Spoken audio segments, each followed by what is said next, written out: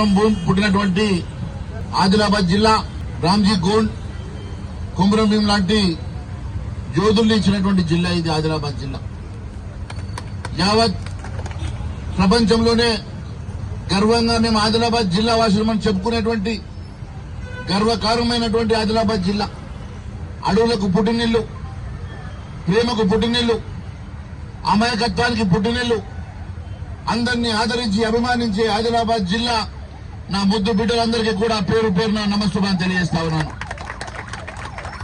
మిత్రులారా, ఇప్పుడే మిత్రులు చెప్పారు, ఇక్కడ రామ్జీ గోండ్ ఏదైతే 1000 ఊరల మరిలో ఆ రోజు నిజాం నిరంకుశ పాలనలో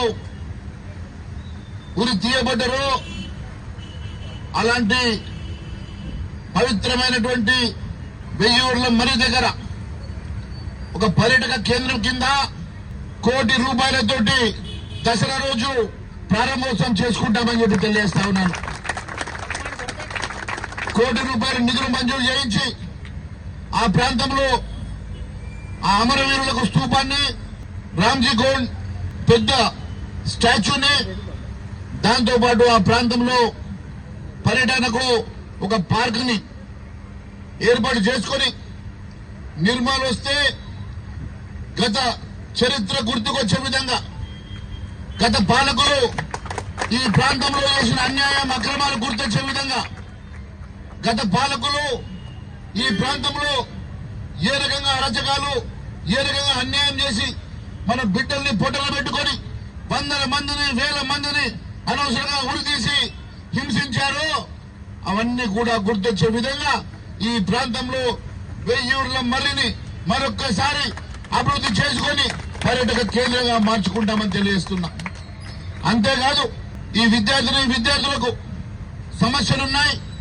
ఈ ప్రాంతంలో చదువుకునేటువంటి విద్యార్థులు ఎంతో దూరం నుంచి వచ్చి హాస్టల్లో స్థలం లేక, ఫెసిలిటీస్ లేక ఇబ్బంది పడుతూ కిరాయి భవనాలలో అరకొర వసతులతోటి ఇబ్బంది పడుతున్నటువంటి ఈ విద్యార్థులకు ఖచ్చితంగా దసరా లోపల ఒక శుభవార్తనిచ్చి మీ అందరికీ ఒక ఇంటిగ్రేటెడ్ స్కూల్ ఒకే దగ్గర, మొన్ననే ముఖ్యమంత్రి గారితో మాట్లాడినా, ఖచ్చితంగా వారి పర్యటనలో భాగంగా ఈ ప్రాంతంలో ₹100 కోట్ల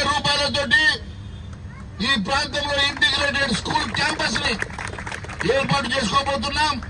దానికోసం స్థలాన్ని కూడా మొన్ననే ఐడెంటిఫై చేయడం జరిగింది.